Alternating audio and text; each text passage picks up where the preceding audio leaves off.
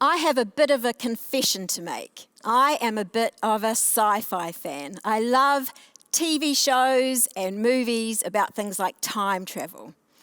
Well, today we're going to be doing a little bit of time travel ourselves. We're going to be looking at Jesus in the past, in the present, and in the future.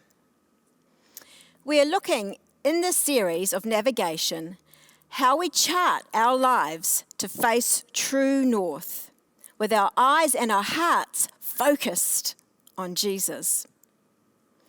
Paul writes a letter to a church in Colossae, and that letter is the book of the New Testament that we call Colossians.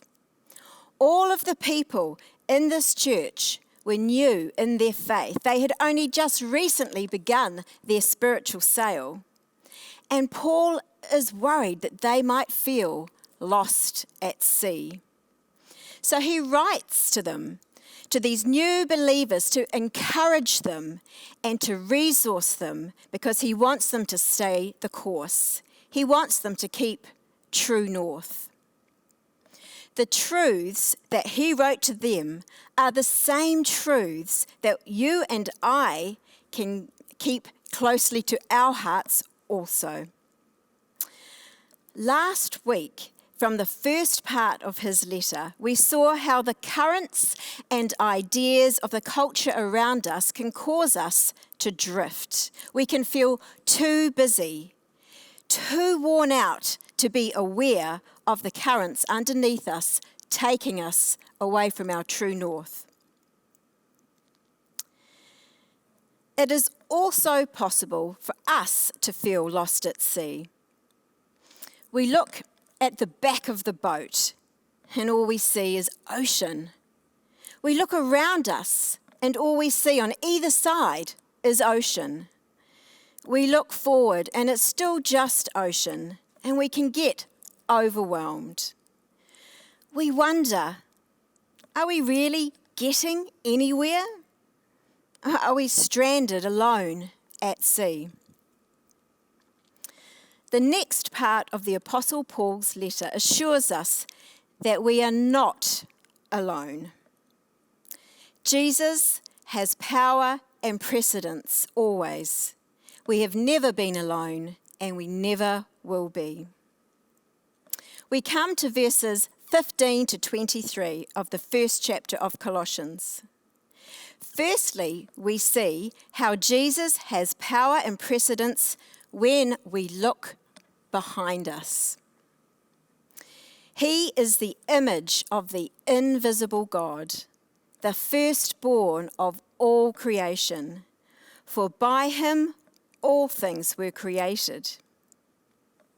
Let's just pause and unpack a couple of those words. One is that Jesus is the image of God, and the other is that Jesus is the firstborn. Image means exact representation or likeness. It doesn't mean shadow or resemblance. To be the image of something is to be just like the original.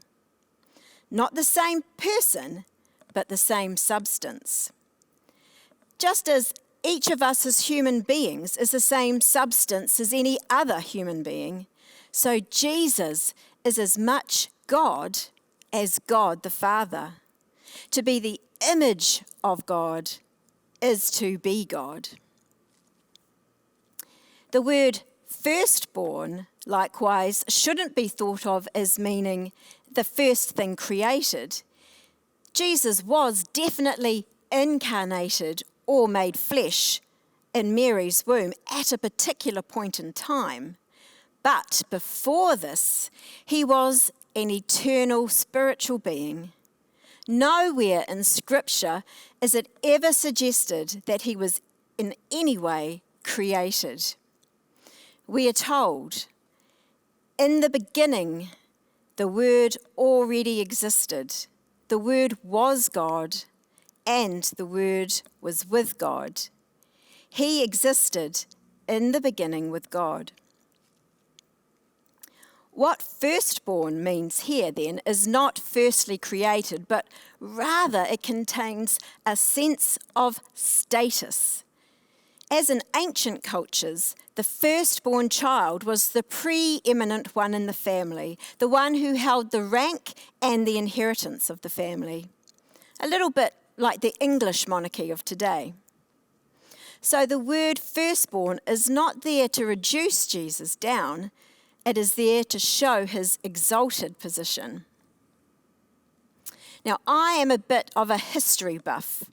I love learning about the past, ancient civilizations, ancient stories, the history of art and thought and culture.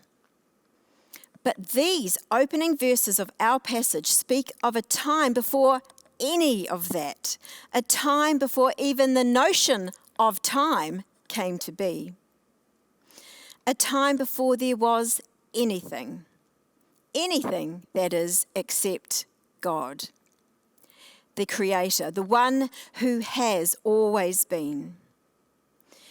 We are looking back at the aft of our boat, to use a nautical term, and as far back as the eye can see, and then beyond that, is Jesus. Not as part of creation, but as co-creator with God the Father. It was he who, with the Father, made the world, the universe, and even all of the other spiritual entities. For by him all things were created, both in the heavens and on earth, visible and invisible, whether thrones or dominions or rulers or authorities, all things have been created through him and for him. Now, we are told in Genesis that everything that God made was good. Humankind is described as being very good. God's handiwork is amazing. But it doesn't take long to realize that something has gone wrong in this very good creation of God's. We know, just living with ourselves, that there are times when we aren't always very good. Something has happened, and that something was rebellion against God. The spiritual entities of this world, the angels, the regional governing spirits, have moved from their state of being good to some being extremely bad due to their rebellion. When we look to the aft, as it were, of our own lives, we often look back on painful histories. The waters of our past can look murky and rough in patches. Perhaps these rebellious, evil entities have had influence on what has happened to you. And you feel wounded to this day because of it. People have been influenced by the fallen powers to treat you in a way where you have been hurt. And when you look back on the waters behind you, you feel dragged down. You feel that your propeller is covered in seaweed and lichen. Your journey forward feels impeded by the past. Or maybe it's your own choices that you have made yourself in the past, in which you feel dragged down. Verse 21 reads, "This includes you who were once far away from God. You were his enemies, separated from him by your evil thoughts and actions." Does that resonate with you today? Does there seem to be just too much drag from the past, either from the knowledge of what you have done or what others have done to you, perhaps under the influence of these evil entities? Whatever the reason, does it feel like there's seaweed just wrapped around your keel, impeding any progress or buoyancy in your life? One of my all-time favourite sci-fi TV shows is Lost. This is where a group of unfortunate passengers on Oceanic Flight 815 find themselves stranded on an uncharted island. Each castaway goes through events in real time on the island, which are simultaneously revisited through mirrored events from their past back in their home life before the plane crash. Maybe that's how it feels for you. Your days feel intercut with your backstory. But can I suggest that we ponder these verses from Paul to the Colossian church, who indeed were living with rebellious pasts, to look back even further than your own past, to look way beyond your aft and see Jesus, far back to the very beginning of even the notion of time. There is Jesus, and he is first and he is foremost. He made those spiritual entities that may have ended up hurting you, those who have rebelled and turned away from God. But don't be like those marooned passengers of Oceanic Flight 815. You're not destined to replay your backstory in an endless loop. Jesus is bigger than your backstory. He's bigger than the spiritual forces in the world. See the hand of Jesus in your life. The reason that you are here today is because he has been with you, and his love and his grace have followed you all the days of your life until now. Take some time to reflect on how the power of Jesus has been shown in your past to bring you here today. Now let's consider the starboard and port of our boat. In other words, the present. How do we see Jesus as having power and precedence today? After all, there seems to be so much going on in the world right now which seems chaotic. Well, most of us have days when the goodness of God seems clear in our lives. Things seem to fall into place and we are aware of his guidance and his leading. The waters around our boat are calm and clear. The power of Jesus in the present can be easier to see on days like that. But most of us feel on some days that the waters beneath us and around us are stagnant and without current. We feel like we're just getting nowhere. We long to have that sense of progress and forward momentum, but we just seem to be treading water. It's like we're in a boat without a single puff of air to move us. Many of us experienced that over the extended lockdown. Life turned into Groundhog Day. Or even without the limitations of a lockdown, there are times in our journey when things just don't seem to be moving. The new job that we hope for is elusive. The relationship that we seek just isn't happening. We feel we have so much to offer, but no chance to express it. It can be hard to see the power of Jesus in our present. But Colossians teaches us that he is before all things, and in him all things hold together. Everything is held together by Jesus.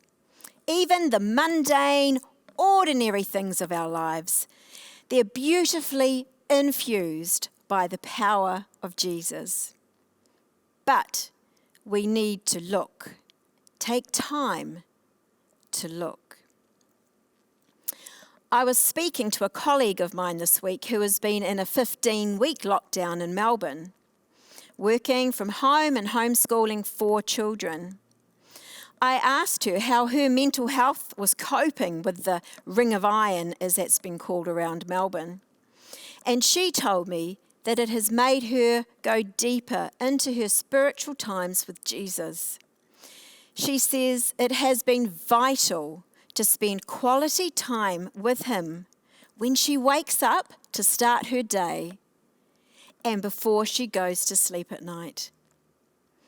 It has been months of only going out once a day for an hour with only one other person. The potential to feel stuck is huge, but my colleague has used the stillness to look deeply around her, and in the stillness to find the power of Jesus.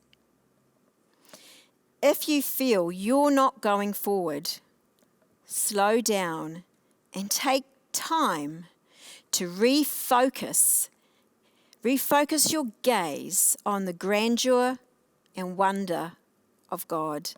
Take the time to look beyond the surface of things to see the beauty and majesty of Jesus as he sustains and holds all things together.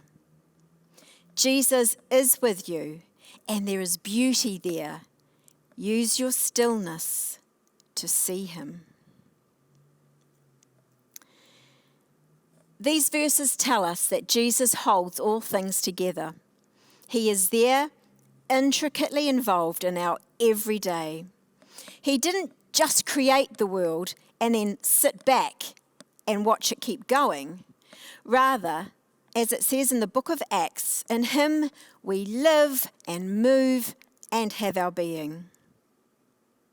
But what if it's not the stillness of the waters in your current situation, but rather it's the opposite?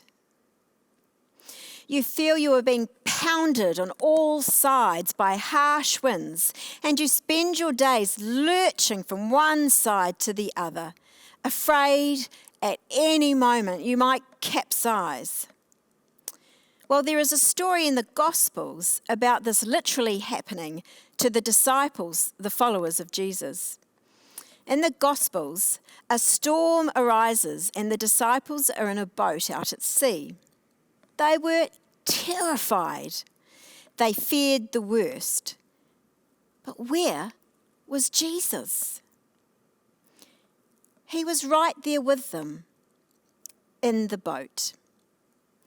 Jesus was asleep, not because he didn't care about them and didn't care what was happening to them, but he slept because he had the full knowledge that the wind and the waves were always his to command.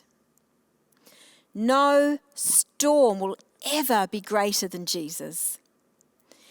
When Jesus is in your boat, know that he is greater than any fearful situation you find yourself in now. He has the power to subdue it. Nothing in creation, no antagonistic forces of evil can prevail against those whom Jesus is with, because Jesus is the maker and sustainer of all things.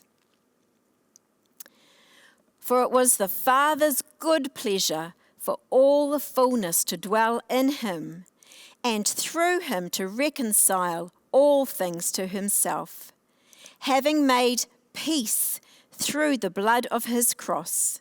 Through him, I say, whether things on earth or things in heaven. Whether your present troubles are a direct attack from evil forces, or whether they are a natural result of life in a world that's currently awaiting reconciliation with its Maker, be encouraged by the power and presence of Jesus. Even if it seems to you that Jesus is asleep in your boat, know that he is always at work, sustaining all things, and working towards bringing order from chaos. This is what he does.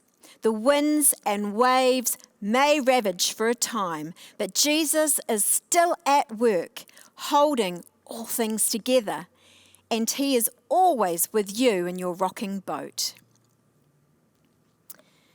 Jonathan and I went to Sylvia Park Mall a couple of weeks ago, and it has opened up a new floor, making it once again the biggest mall in New Zealand.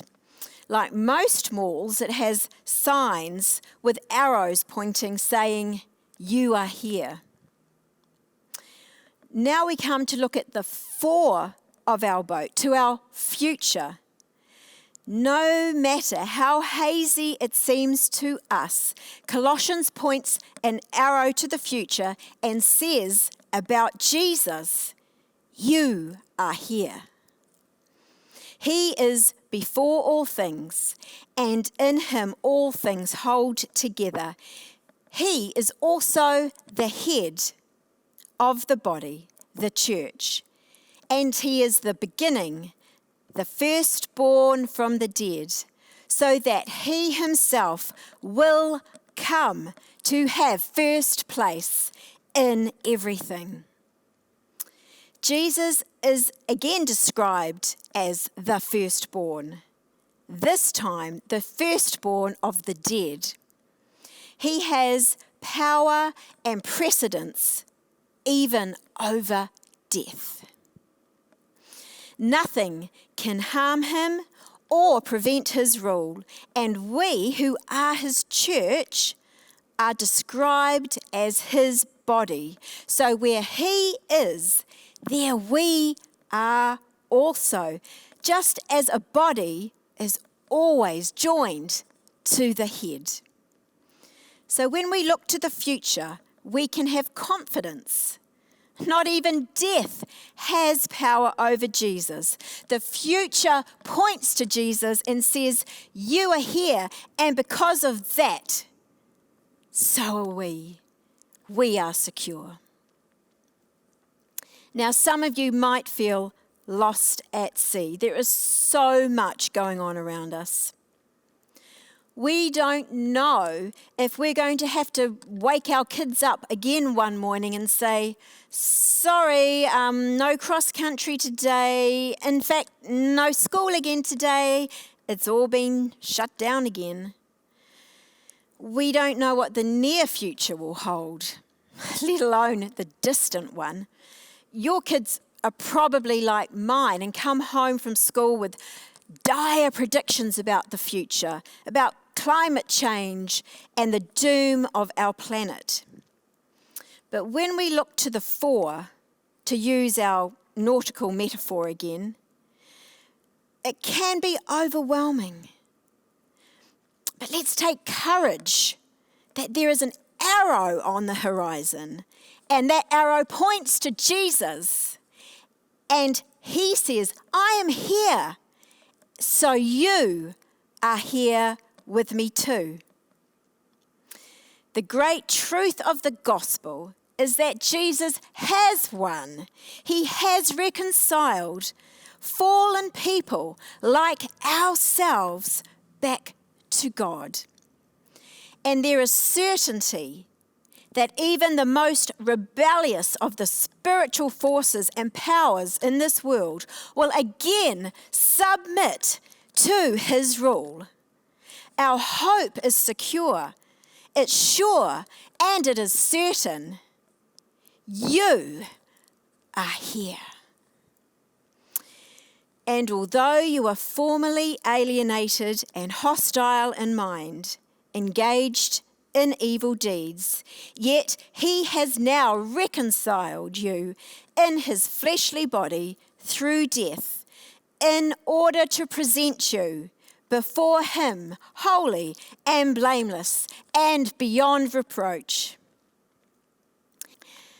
Jesus has power and precedence over the future, and our place with him there is so secure.